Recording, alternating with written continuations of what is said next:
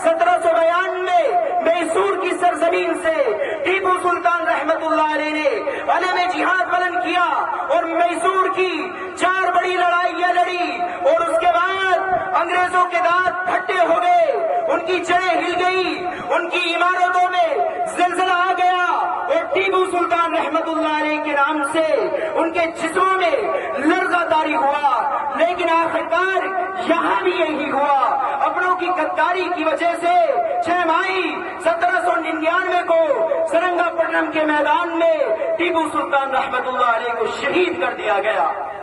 इसके बाद 1803 में दिल्ली में जब अंग्रेजों ने कब्जा किया और ऐलान किया वहां पर वायसराय बरतानिया ने कि आज से ये मुल्क गुलाम हुआ, ये मुल्क बादशाह का, खल्क खुदा की, हुक्म ईस्ट इंडिया कंपनी का होगा।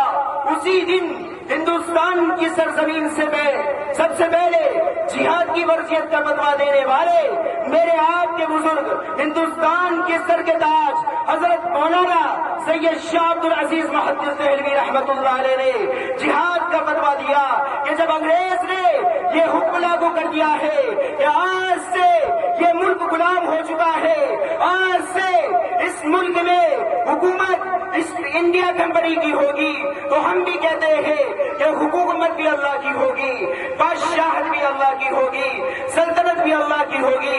ना अंग्रेज की हुकूमत तस्लीम है, ना अंग्रेज की बादशाहत तस्लीम है।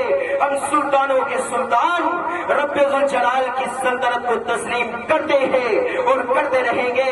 बिलाखिर ये काफिला बालाकोट के पहाड़ों पे पहुंचा, बालाकोट का मारिका हुआ। एक तरफ 3000 का लश्कर है, दूसरी तरफ 20,000 का लश्कर है।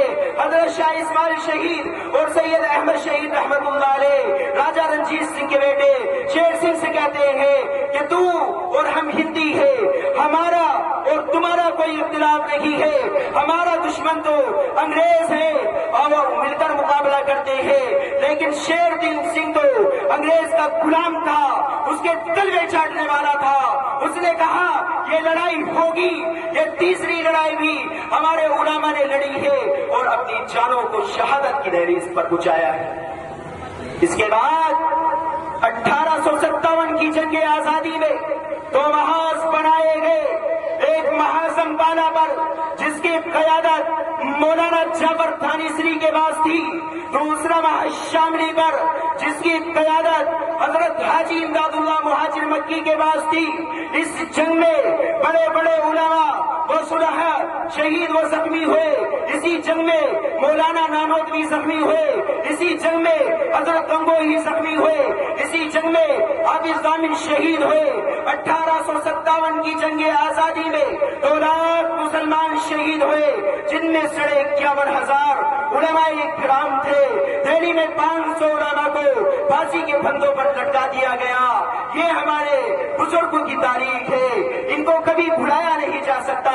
वायसराय बरतानिया अपने हिंदुस्तानी मुशीरों से पूछता है कि हिंदुस्तान में हमारी हुकूमत कैसे कायम हो सकती है। वो कहता है कि सबसे पहले 2 चीजों को खत्म करना पड़ेगा, एक उलमा को खत्म करना पड़ेगा, दूसरे कुरान को खत्म करना पड़ेगा।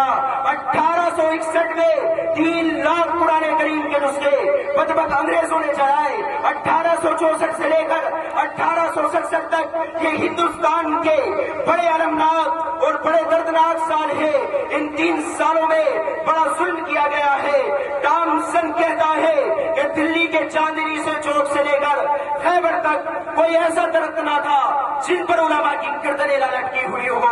टॉमसन कहता है कि उलमा के जिस्मों को तांबे से दाग दिया गया।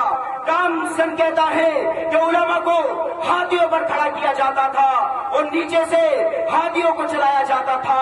टॉमसन कहता है कि उलमा को सुपरों की खालों में बंद करके जलते हुए तन्नूरों में डाल दिया गया। टॉमसन कहता है लाहौर की शाही मस्जिद जिसके सहन में अंग्रेज ने फांसी का फंदा लटकाया था, एक एक दिन में 80-80 उलमा को फांसी दी जाती थी। टॉमसन कहता है کہ لاہور کی دریا راوی میں 80 علماء کو بوریوں میں بند کر کے دریا میں ڈال دیا جاتا تھا اور اوپر سے گولیوں کا نشانہ بنایا جاتا تھا۔ تامسن کہتا ہے کہ جب میں دلی میں اپنے خیمے میں آیا تو مجھے مردار کی بدبو محسوس ہوئی۔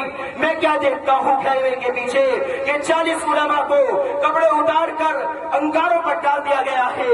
میرے دیکھتے دیکھتے 40 اور علماء کو بلایا گیا اور ان کے کپڑے اتارے گئے اور کہا انگریز نے مولویوں جس طرح ان 40 کو بتا دیا گیا ہے تمہیں بھی بتا دیا جائے گا، تم میں سے صرف ایک ہی کہہ دو کہ ہم 1857 کی جنگ آزادی میں شریک نہیں تھے۔